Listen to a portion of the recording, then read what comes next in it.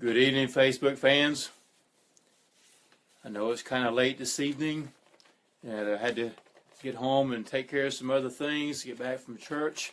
Wanted to come in here and talk to you this evening again about, as I announced this 10 minutes ago or so, about how you can change your world.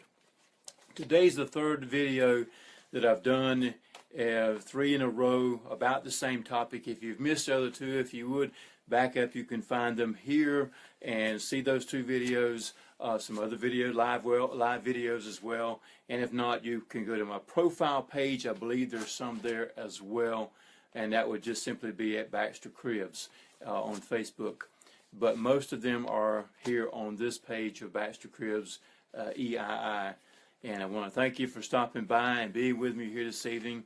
I said, if you've missed those 2 things, if you will, go back and follow up on those and see some good context, I believe, there that you could apply to your life to help you out. So this evening, I indeed want to continue upon this subject of how I have asked, how can you change the world? Or how can you change your world? Because that's really where it starts at, is in ourself and changing ourself to be changed in changing the world around me. Because once we change it in ourselves and our sphere of environment that we have influence over, then it begins to grow and to move out further and further away. So how can we change our world? And so today, 2 tips again I want to talk to you about. And the first one that I want to talk about is to limit negative talk in your sphere and focus on where you're going. Okay? Now, if you don't know what negative talk is, I suggest to you that you go turn on a news channel and watch how it is that people who are protesting, particularly in this country, protesting against things that are going on, or even in a riot, and listen to the things that they are saying. You will see a lot of negative talk. Many times, if you just turn the news on, you get a bunch of negativity going on, and negative talk about others and what they did and this, that, and the other. And you can find plenty of that. If you work all day, or even if you don't, if you're a stay-at-home mom or dad and you have friends and family you gather up with, listen to the conversations that the people have. Listen to how they talk and see how much of it is actually negative stuff that is coming to you, coming in your head. And a lot of times we'll call this, oh, there's so much drama going on out here, we can't stand that, we got to get it away.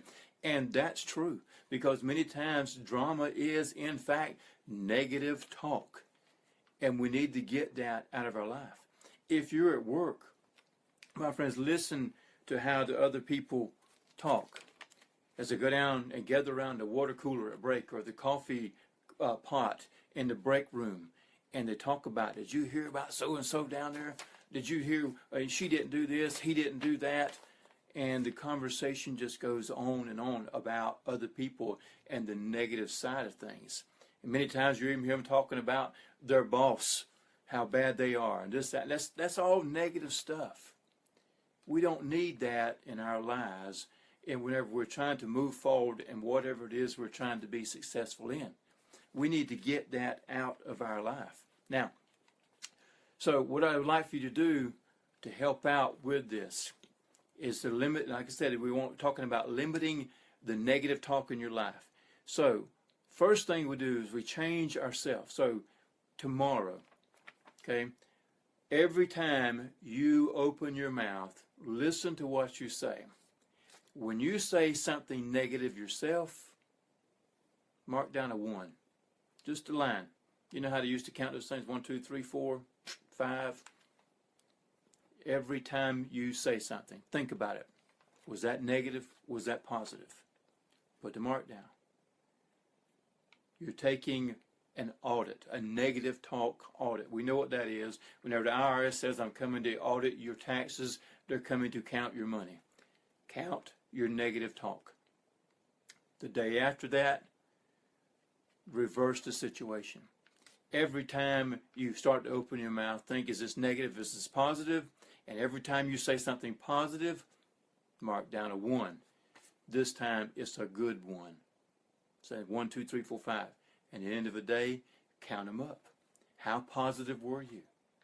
That's what we need to do to change our life, and then that helps you to focus on where you're going. Because that's what you need to do, is get those things out of our life, the negative talk that keeps pushing you back, because what you send out, that's what comes back. So we need to send out positive talk, focus on where we're going, and talk in language that will get us in that direction. Okay? That's what we want to do. Now, the next thing we want to talk about is using serving language. That is language that serves you, which is a follow-up basically on what I just said, of doing the positive talk. Now, the two biggest words that I learned that are used against ourselves, that are non-serving, in this condition, I am. And we talk to ourselves when we say, I am broke. I am disappointed. I am ashamed. I am no good. I am never going to be successful. I am never whatever it might be that you continuously hear yourself saying. And you are doing it. In fact, that is exactly what's happening. You are hearing yourself say how bad you are. And you think about that. If somebody was talking to you, you would get mad about that. Oh, you're so broke. You're no good. You're never going to be nothing. It would make you feel bad. And if not, to get mad at them about what they're saying to you. But yet here you are talking to yourself in the same way. My friends, we are either our biggest critic or our biggest supporter. When we use the I am broke, the negative talk of that, we are our biggest critic, and we're beating ourselves up. We don't need to do that. Change that language. We can still use I am, and we should, because again, we're talking to ourselves, and we should say things like, I am the leader that people want to follow. You say, who am I going to lead? Well, who are you in front of? Is it your children? Is it your sisters and brothers? Is it your husband, your wife? And there are leadership roles that we all play, but we are all leaders. Somebody, somewhere is watching us do what we do. Are you telling yourself, I am the leader people want to follow? Are you using that talk towards that?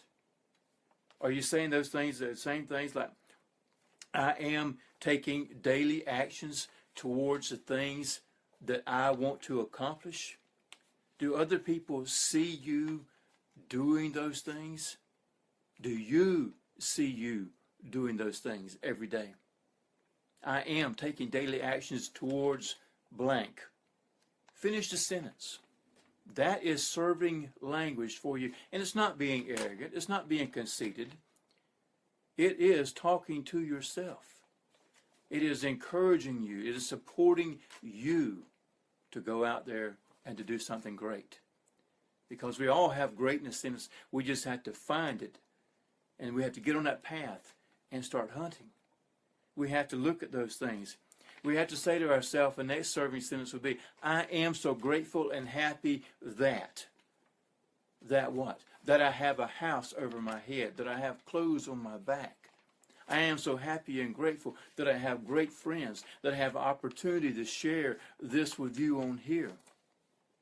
I am so happy and grateful, whatever it is. And it doesn't hurt to write that out either.